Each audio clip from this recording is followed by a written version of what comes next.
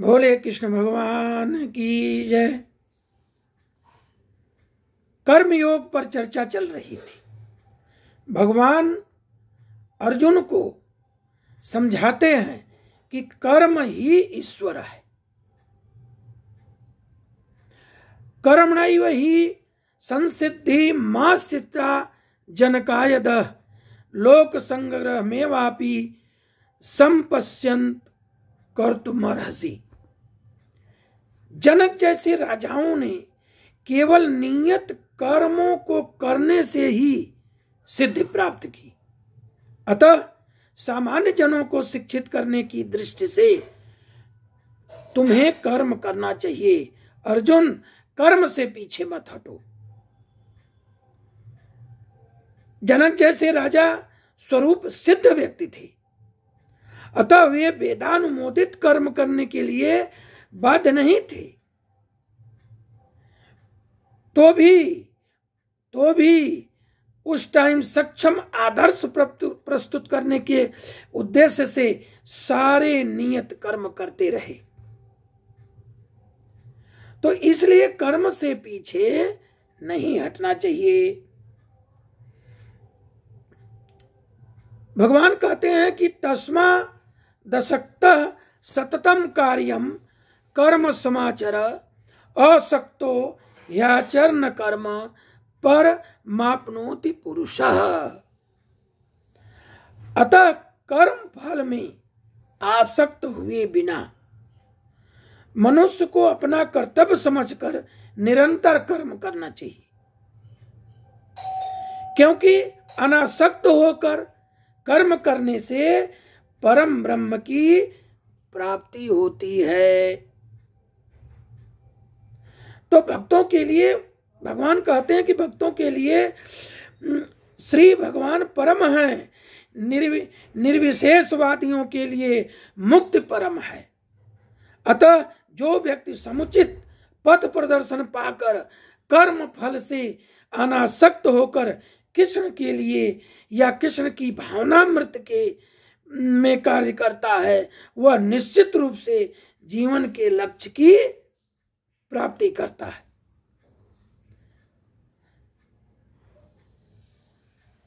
हे अर्जुन, नियत यज्ञ जैसे वैदिक अनुष्ठान उन पाप कर्मों की शुद्धि के लिए किए जाते हैं जो इंद्रिय तृप्त के उद्देश्य से किए गए हों, किंतु कृष्ण भावनामृत में जो कर्म किया जाता है वह अच्छे और बुरे कर्मों के फल से परे हैं, क्योंकि कृष्ण भावनामृत में किया गया कर्म पूर्णतया अनासक्त रह जाता है, केवल कृष्ण के लिए कार्य करता है।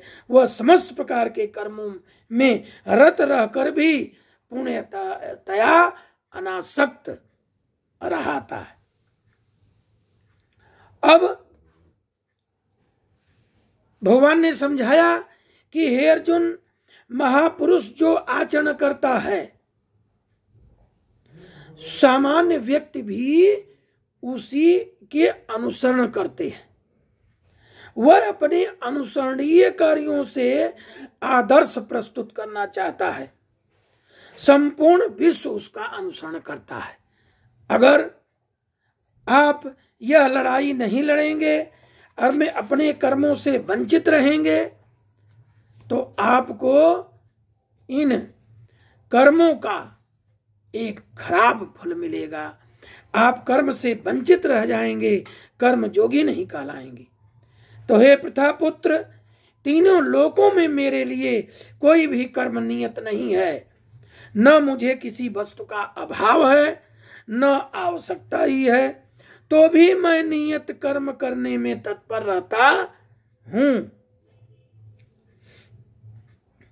ये उन्होंने समझाया। उन्होंने कहा कि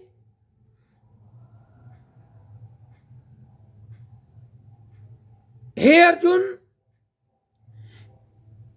यदि ह्यायम न वर्तेयम जातु कर्मण्य तंद्रतः मम वत्मारनुतन्ते मनुष्या पार्थ सर्वशः। क्योंकि मैं नियत कर्मों को सावधानी पूर्वक न करूं तो हे पार्थ, यह निश्चित है कि सारे मनुष्य मेरे पथ का ही अनुगमन करेंगे। तो मैं कर्मयोग को प्रधान मानता हूं।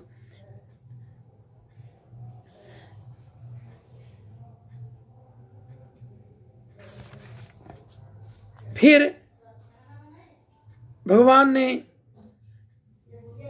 अर्जुन को बहुत तरीके से समझाते हैं, विभिन्न प्रकार से उनको मोड़ते हैं।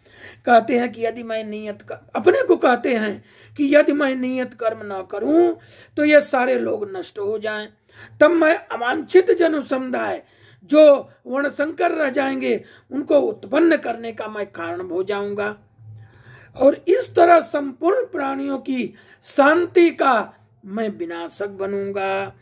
इसलिए हमको आपको किसी को अपने कर्मों से वंचित नहीं रहना चाहिए। कर्मयोग, भक्ति योग, कर्मयोग, ये सब योग में आता है। जिस प्रकार अज्ञानी जन फल की आसक्ति से कार्य करते हैं, जो अज्ञानी है वो कहते हैं कि यह कार्य मैं कर रहा हूं, इसका हमें फल मिलेगा। उसी तरह विद्वान जनों को चाहिए कि वे लोगों को उचित पथ पर ले जाने के लिए अनासक्त कार्य करें।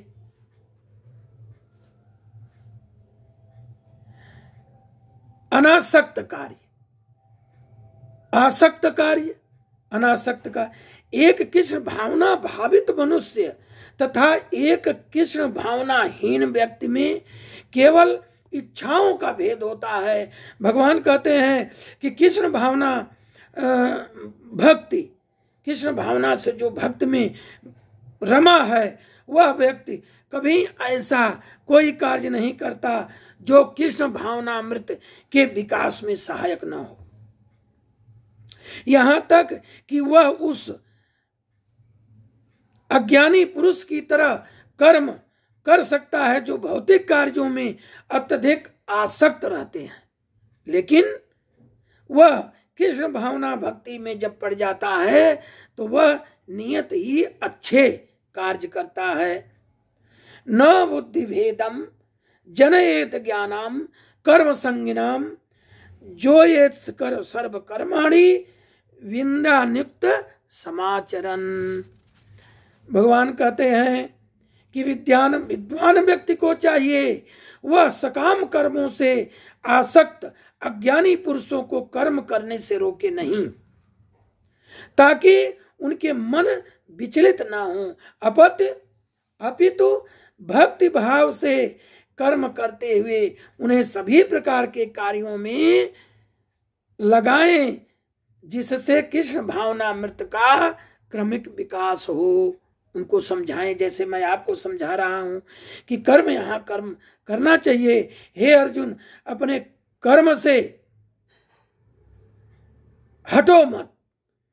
वेदश्च सर्वे रहमेव वेद्यः, यह सिद्धांत संपूर्ण वैदिक अनुष्ठानों की पराकाष्ठा है। सारे अनुष्ठान, सारे यज्ञ कृत्य, वेदों में भौतिक कार्यों के लिए जो निर्देश हैं, उन सबों समेत सारी वस्तुएं कृष्ण को जानने के निमित्त हैं। ये सब जो है वो कृष्ण को कैसे जाना जाए, इस प्रकार से यह चीजें वेद कृत्य यज्ञ अनुष्ठान आदि जानने के लिए। हे अर्जुन, जीवात्मा अहंकार के प्रभाव में मोहग्रस्त होकर अपने आप को समस्त कर्मों का कर्ता मान बैठता है। ऐसी बात नहीं है। मैं ही करता हूं, मैं ही कराता हूं, मैं ही उसे इधर उधर बिछलाता हूं। मैं भी कृष्ण भगवान की यही लीला है, जबकि वास्तव में प्रकृति के तीनों गुणों द्वारा ये संपन्न किए जाते हैं, उसी के द्वारा मैं करता हूं। जैसे दो व्यक्ति जिनमें एक कृष्ण भावना भक्ति है, दूसरा भौतिक चेतना वाला है, समान स्तर पर कार्य करते हुए समान पद पर प्रतीत हो सकते हैं, किंतु उनके पदों में आकाश पाताल का अंतर रहता है। भौतिक चेतना वाला व्यक्ति अहंकार के कारण आश्वस्त रहता है, वही सभी वस्तुओं का कर्ता है। वह यह नहीं जानता कि शरीर की रचना प्रकृति द्वारा हुई है, जो परमेश्वर की अध्यक्षता में कार्य करती है।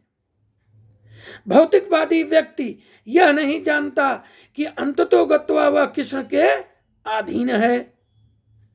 अहंकारवश ऐसे कार्यों को वो करता रहता है और स्वतंत्र रूप से वह अपना श्रेय लेना चाहता है। दूसरी ओर